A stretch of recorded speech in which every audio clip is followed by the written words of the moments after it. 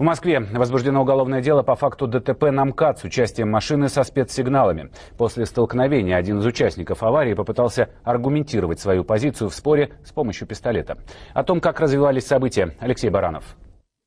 Вот было повреждено крыло, здесь явно какие-то дугообразные повреждения. Я так думаю, что это колесом БМВ прокрутило, колесо у него достаточно большое.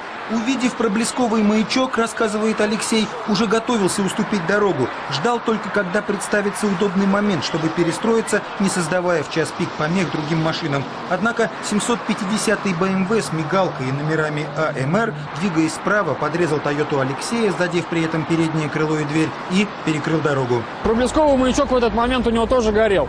Значит, вышел он, начал в нецензурных выражениях говорить, что он обо мне думает, что мне будет, почему, что я не умею ездить. Спутница Алексея камеру своего мобильного включила как раз в тот момент, когда оба водителя вышли из машин, чтобы оценить ущерб. На кадрах видно, неизвестный из представительского БМВ, который по некоторым данным закреплен за Народным собранием Ингушетии, и машина сопровождения, угрожая, требует возмещения ущерба.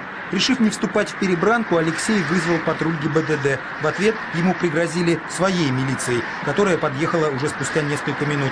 После этого БМВ и сопровождавший его джип скрылись, а Алексею вместе со спутницей пришлось всерьез поволноваться за свою безопасность. В тот момент на самом деле стало страшно, потому что мы не знали, пневматика это или огнестрел, и вообще на что эти люди способны.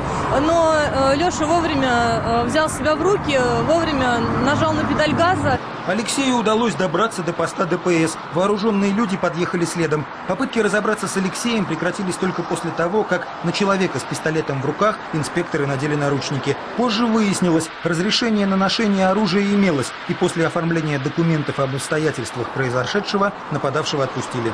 Дело возбуждено в настоящее время в отношении установленного лица. Сейчас проводятся следственные и оперативные мероприятия, направленные на установление лиц, совершивших данное преступление, и изобличение их. Определенные наметки имеются.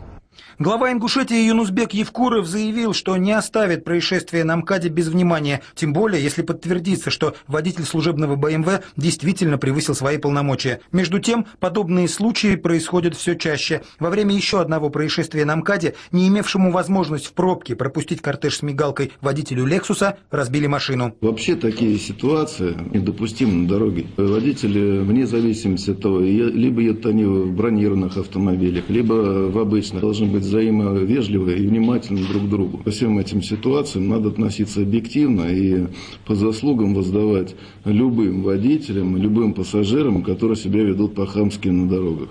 Однако, если по случаю с участием БМВ уже возбудили уголовное дело, то по второму инциденту до сих пор идет проверка.